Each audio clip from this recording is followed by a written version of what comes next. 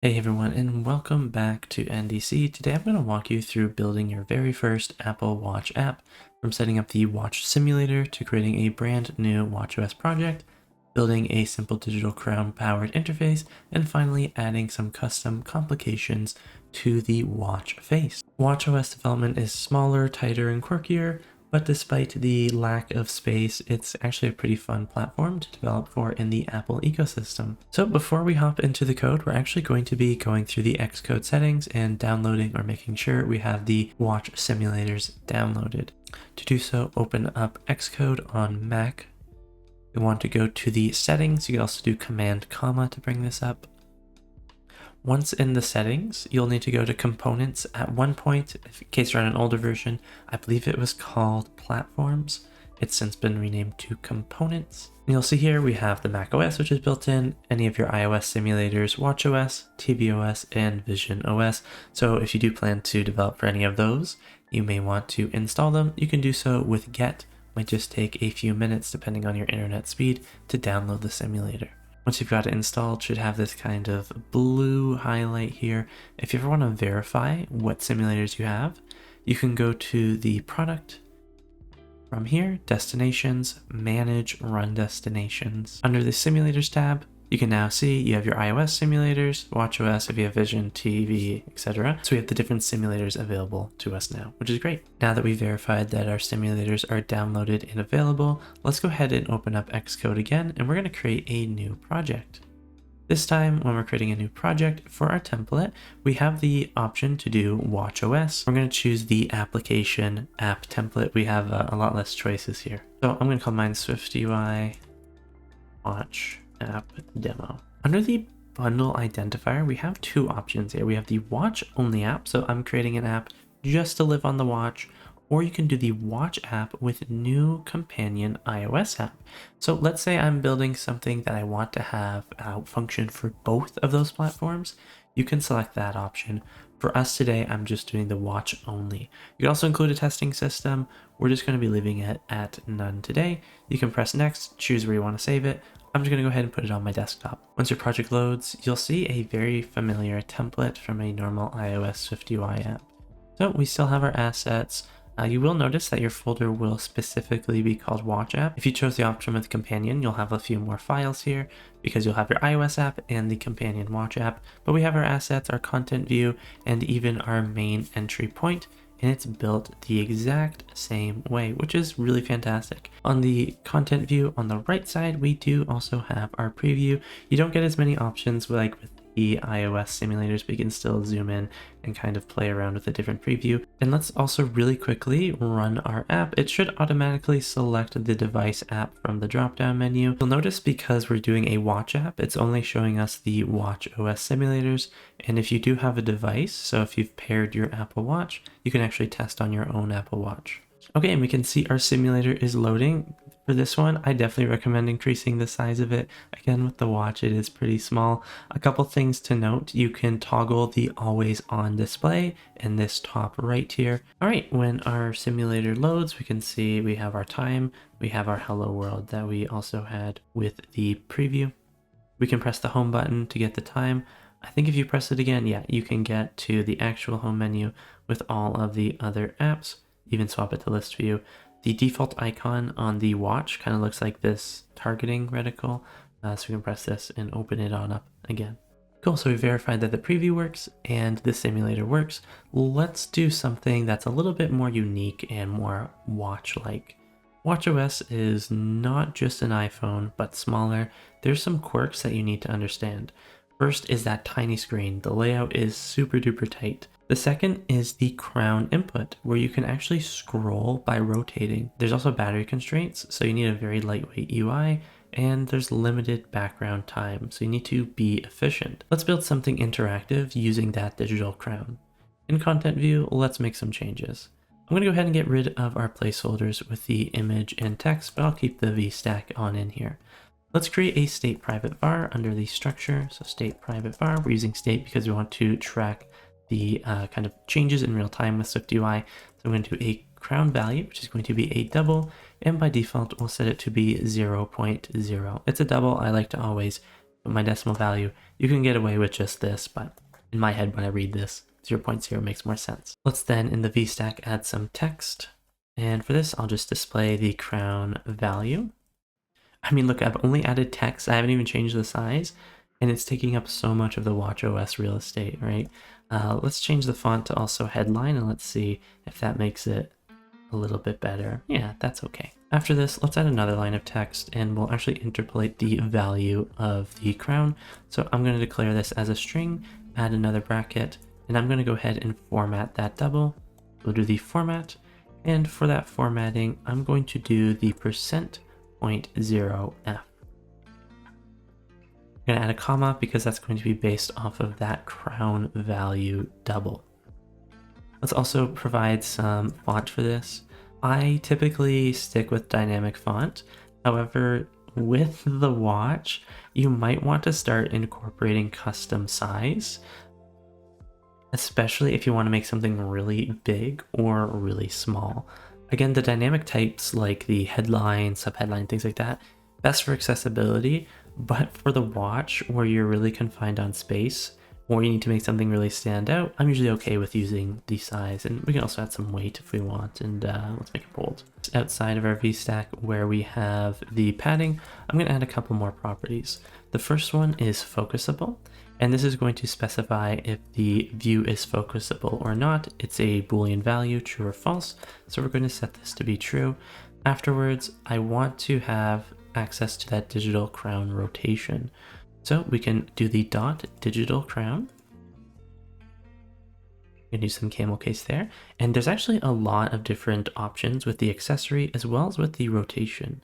I'm going to be choosing the autofill with the binding, which is going to track the digital crown rotations by updating that specific binding value, right? You might see where we're going here. So whenever we're accessing the rotation of the digital crown, we're going to be passing that information with the binding. So we're going to use our $, and we're going to reference that crown value. So every time that we adjust that digital crown, it's going to update that binding. We can also give it a range, so we can add a comma and do from. Let's do 0, comma, through, and then we'll do maybe 100. If you also want to change how much it increases, you can use granularly or by, and then you can choose the double value. I'm going to put mine as 1.0. Okay, and so although you can actually, if you scroll, so I'm going to use 2 fingers on my trackpad here, you can kind of scroll the crown on the preview. It doesn't really like to work, so I would recommend actually running this in the simulator in order to fully test out any features with crown. Simulator or real device is always going to be the best bet. So we can also do that scrolling effect, and we can kind of see as we scroll up or down, that value on the crown is changing, and it goes from 0 all the way to 100 because that's what we had determined it to be. So using this crown here is kind of like one of those signature features of the WatchOS. Now let's go a little bit deeper. Let's build a complication, which is one of the most important features on WatchOS. If you're wondering what a complication is, it's like a widget, and at a certain point, they actually just bundled it all together with widgets. So we're going to go to File in the top left of Xcode, New, and then we're going to select Target. Once you've selected Target, navigate to the WatchOS tab at the top here, and you'll choose the widget extension, then press Next. So we can call this one Complications. If you want to call it Watch Widget, whatever name makes most sense to you. You can choose to include control or app intent. I'm going to leave those off as we're taking it super basic today. Make sure it's a part of this project we're working in, and you'll want to embed it in this application. Once you're good with that, let's go ahead and press Finish. Might take a moment, but it'll add it to our app. Just like with widgets, you can activate that specific scheme. I'm going to go ahead and opt to activate. If you don't, at the top of Xcode next to your simulator, you can choose between the widget or just the regular application. And when we create the widget, we actually get a pretty good template that kind of has a little emoji thing, so you can actually test out those widgets in real time. So we can see what our widget would actually look like. We have a clock, We have the time as well as an emoji. You can also set up multiple previews if you'd like. Down here we have the preview as, and then we kind of have the different emojis. We also have the entry point for those widgets. Now, although I really appreciate that they've given us a preview, let's go ahead and actually make our own widget just to get a little bit more hands-on experience. In our widget file here, under the widget folder, I'm going to go ahead and opt to delete pretty much everything besides the imports. For WidgetKit, this is required for building any widgets, and SwiftUI is the framework that we use. So we're going to declare a structure, and this is going to have to conform to the timeline entry representing one moment in the widget's timeline. I'm going to do one for a random number, call it random number entry, and timeline entry is what it conforms to. We can establish some data here, so I'm going to have the date, which conforms to the date. This is actually a required property, the date at which this entry becomes active, and then we'll also have a value, which is going to be an int. This is a custom property storing any of those random numbers to display. Okay, we're done with that timeline entry. Now let's create the timeline provider. This provides the widget with a placeholder, a snapshot, and any timeline data. You'll typically see this when you're adding a widget to your home screen. It's kind of like a little snapshot. So this is also going to be a struct, and we'll call this one provider. It's going to conform to the timeline provider this time. We'll add our brace, and we can actually create a function, which is already kind of built in for us, called placeholder.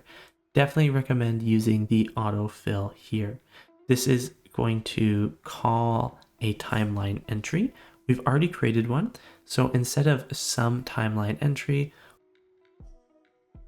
instead return this structure up here. So mine was called a random number entry. So we do have some code in this function here, and this is where we can actually just return it with a static placeholder value for the entry. So we'll reference our random number entry here. I'll use the autofill. Our date is just going to be whatever the current date and time is. For our value, we'll just set it as a random number. If you are doing something with like quote of the day, you can just paste in a quote and just as like a placeholder so people can see what your widget will look like. Okay, cool. Our provider is still not satisfied. We need another function, which is going to be that get snapshot. We'll once again use that autofill completion. So this get snapshot is called when the system wants a quick snapshot used in the widget gallery. We're not going to be making any adjustments to the parameters of this function or the returns. So just like with the placeholder, we're just giving it like a little bit of information. So we're going to reference the completion. Once again, we're going to have whatever our timeline entry is. We'll just feed it some information. I'm going to put the date and the value as 42 again. All right, and we can see our provider is still not completed. At any point as well, you can always feel free to apply the stubs for conformance, but we're just missing one more function, which is the get timeline. So I'm going to add that last function, get timeline. We're going to use the autofill completion here as well. So this timeline is going to be called to build a timeline of entries the widget will display over time. So in the code, we're going to go ahead and establish an entry, and this is going to, once again, be our timeline entry. For our date, we'll use the current date and time. For that value, this is where we can kind of display that logic. So for my value, it's just int.random, and then we'll provide it with a range from 1.100. So it's just going to create a single entry with the current date and a random number from 1 to 100. After our entry, we'll create another let for next, and this is going to equal the calendar.current.date. I'm going to be choosing the first autofill with the by adding value to. So for the by adding, I'm going to be looking at the current minute. And for the value, I'm going to set this to be 5, and I'm going to be looking at the current date. So that capital D date with the empty brackets. This is essentially going to compute the next refresh time 5 minutes from now. I'm also going to add a exclamation point at the end. I'm going to force unwrap it because it should never fail. After our let next, we're going to once again reference that completion. This time we're looking at the timeline. I'm going to choose the autofill with the entries and policy. So for our entry, we've already created our entry in this let. It does need to be an array, even if we just have one item. So we're using those square brackets. For our policy, I'm going to choose dot after, and then for the date, I'm just going to be looking at next. This tells the system to refresh based off this value, so every 5 minutes. The completion just supplies the timeline to WidgetKit with one entry. All right, we're doing pretty good. That is now our provider. We're going to go outside of that struct, and we're going to make one more struct, that is. And I'm going to be calling this one my random number complication view. This is going to conform to a view. So we've kind of set up most of the logic. Now we want to see it in the UI. So because we're creating a view, we're going to have a variable body that is some view. Just like when we've created SwiftUI views in the past, we need to have that so it conforms to a view. Before we start actually adding that content, we'd like to add our variables in between our structure and our variable body. For me, I'm going to have a variable of entry, which is conforming to that random number entry. So that timeline entry we had created before. We reference it a ton here today. Okay, and then within this view, you can do whatever you want. Just keep in mind, working with the watch, really limited space. I'm gonna do a Z stack, I think. And let's go ahead and have a circle, and I'm gonna fill it with some blue. That will kind of be our background. I'm also going to have some text, and I'm just going to quickly string interpolate our entry dot value. So whatever that random number is. We can add some styling. So I'll do font. Let's do headline. Again, with the watch, you may actually want to just explore using those custom sizes. And we'll set the foreground style to be white so it pops off of the screen. Okay, so we have our timeline, we have our provider, we have our view. One more thing we need to do is we actually need to have that widget we can reference when launching the app. So one more struct, and let's call it random number widget, and it's going to conform to a widget. Just a widget, we don't need any of the other fancy things there. You can always feel free to use the stubs for conformance. Otherwise, let's go ahead and hard code it. So we'll have our kind, and we'll give it a name. So this will be random number widget. I typically keep this the exact same as the struct. We're going to have our variable body. Instead of some view, it's going to conform to some widget configuration. We'll then add our braces. I'm going to have a static configuration with the kind provider and content autofill. For the kind, well, we've already added this above, so I'm just going to reference that constant. For the provider, we've already created that as well. So let's reference our provider struct.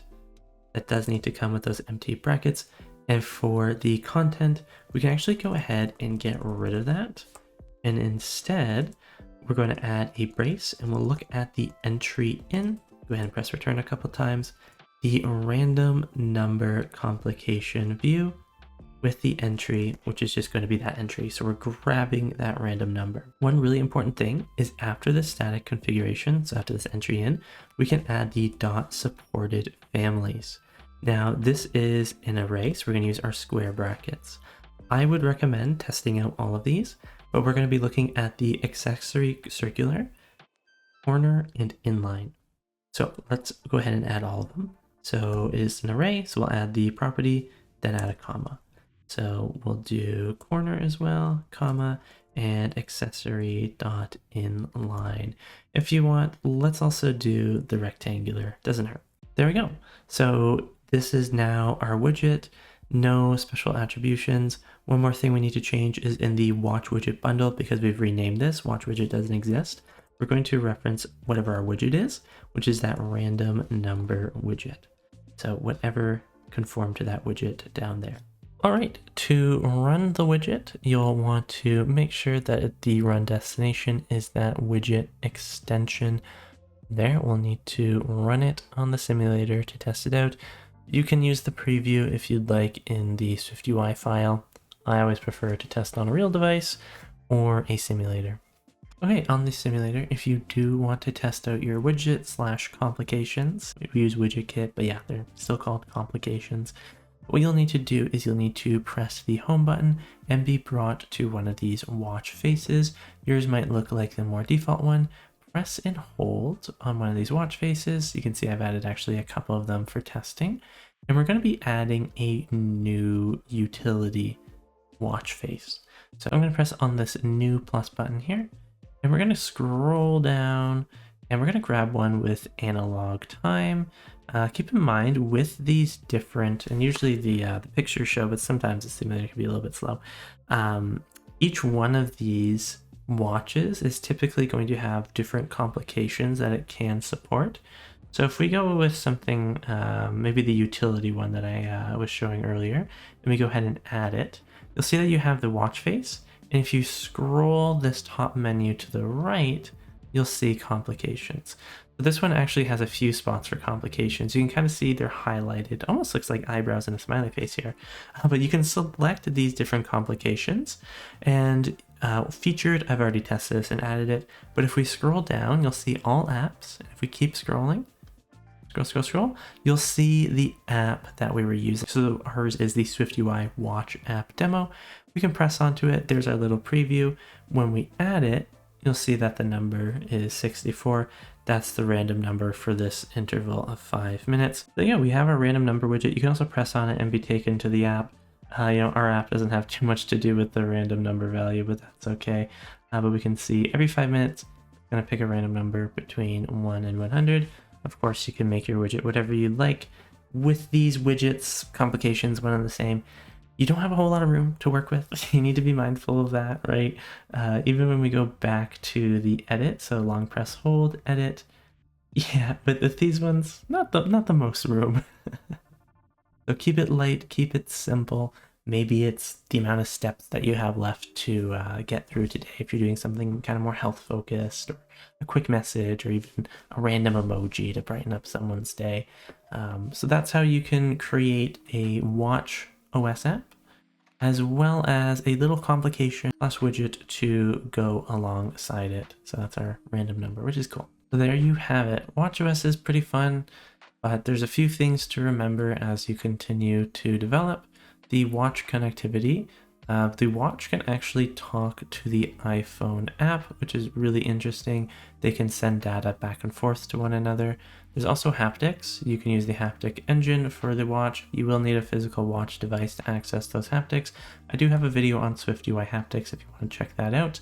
Animations, typically use them pretty sparingly. Like when I mentioned with the watch, the battery is pretty limited, screen space is pretty limited. Try to make your designs very simple. Only add an animation if it's really, really important. Those complications / widgets, those are the best way to provide a lot of extra value with that limited screen time. And any background tasks, limited. Keep any logic super tiny.